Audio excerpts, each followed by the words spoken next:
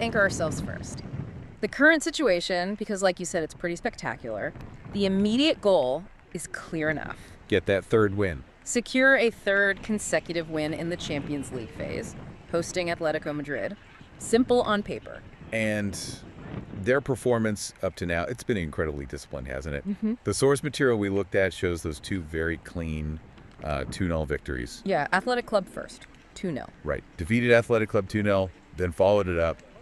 Another 2-0 against Olympiacos. Solid. And those aren't just wins, are they? They're demonstrations of control, keeping clean sheets in, high-pressure European games. And if you zoom out, look at the bigger picture, the league phase table.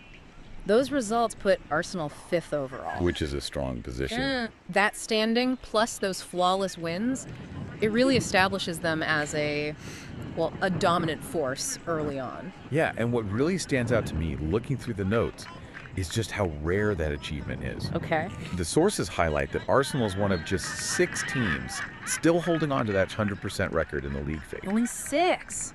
Wow. Yeah. So this perfect streak, it just ramps up the importance of this next match massively. They're not just playing for 3 points. It's about status. It's about elite status in the competition, yeah. And maintaining that momentum, well, that's clearly the driver for everything we're seeing happen in training. Okay, but here's where the puzzle really starts for me. If the formula they had gave them 2 clinical 2-0 wins, why change it? Winning like that suggests the system's working, right? Probably, flowing open play, quick movement, that sort of thing. Let's suggest that. So the real question becomes, what have Arteta's analysts spotted in Atletico Madrid that makes them think, right, we need a complete change in focus, risking that rhythm they've built? Yeah, that is a fantastic point. Because if you connect the dots, you have to infer, don't you, that the previous winning formula, Successful against Athletic Club, Olympiacos. right, that formula is seen as somehow structurally vulnerable against Atletico Madrid. We know Atletico's reputation is built on defensive solidity.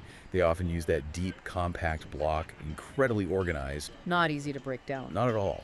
And the kind of football that gets you 2-0 wins through maybe more open, expansive play, that often gets completely neutralized by that kind of rigid defense. Okay, so the tension is clear then. Their perfect pass performance, it might actually be functionally irrelevant against this specific challenge, this deep block. Pretty much. Which forces that pivot to the operational details. How is Arteta's side getting ready specifically to break down an opponent they expect will just sit deep and try to frustrate them? Right, the preparation. The intensity seems high. Reports are emphasizing they're working hard at the Sober Realty Training Center. Standard stuff, maybe. But there's this one very specific detail mentioned, an environmental one. Oh. Yeah, in the notes. And when you link it to the tactical goals, it suddenly seems, crucial. The training ground was wet. Wet? Hang on. If they're drilling new tactical sets, things needing high precision, wouldn't a wet pitch make that harder? Hinder the timing, the accuracy? Seems counterproductive. You'd think so initially, but maybe flip the perspective. So. It may be not about hindering them. It could be about forcing maximum execution fidelity under challenging conditions. Okay, explain it. Well, a wet pitch means the ball travels faster, right? Lower friction surface. Sure. Skids more. Exactly. Yeah. So if you're practicing fast, precise passing sequences, the kind you need to unlock a deep block training on a slick surface forces your players to hit that pass perfectly, every single time. Ah, I see. Any slight error in the move breaks. Precisely. It forces clinical technique. It maximizes their performance capability no matter what the conditions are like on match day. Right. It suggests they're demanding ultra-high precision for these new tactics. That completely reframes the wet training center note.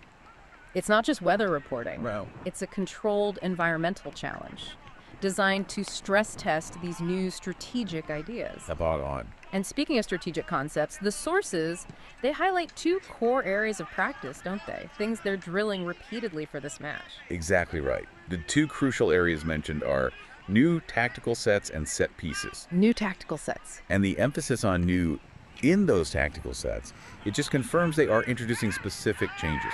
Positional tweaks, maybe rotational patterns. Designed specifically for Atletico. Designed specifically to counter Atletico Madrid's structure. Yeah. This isn't just, basic practice, it's adaptation.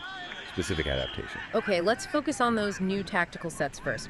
If we're assuming the goal is breaking down that deep, compact defense, what are these new tactics likely trying to actually do? Well, typically new tactical sets against a team like Atletico revolve around maybe three main concepts. Rapid ball circulation, moving the ball quickly to shift defenders, creating overloads in like narrow channels. Trying to get players free. Yeah, and quick changes of direction or pace, exploiting any momentary gaps that appear. So intricate stuff. Probably involves intricate third-man runs, maybe positional rotations designed specifically to drag defenders out of where they want to be. Which is exactly what a system like Atletico's tries to prevent. Absolutely. They want structure, predictability. Arsenal seem to be planning for calculated chaos. That makes sense. They're maybe sacrificing the comfort of their established rhythm. Yeah, the one that got in the 2-0 wins. For the complexity they think they need to beat this specific type of systemic defense.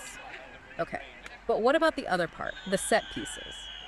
Oh, yes. Why dedicate such specific focused training time to dead ball situations right now?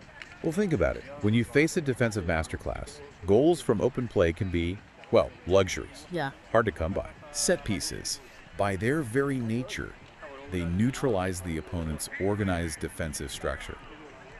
Just for that moment.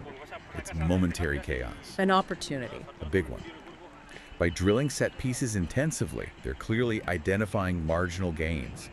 It suggests Arteta sees corners, free kicks, maybe even throw-ins As vital weapons. as vital weapons to basically guarantee a goal, especially if the new tactical sets don't quite manage to produce one from open play straight away. So it's almost like an insurance policy, an acknowledgement of how tough Atletico will be. Exactly. They're proactively building in a pressure release valve. Right. If midfield control isn't enough or the new tactics don't unlock the defense immediately. They know they might be able to rely on a meticulously worked corner kick routine to make a difference. Makes sense. And, that clean sheet aspect is probably key here too. How so? Set pieces work both ways, don't they?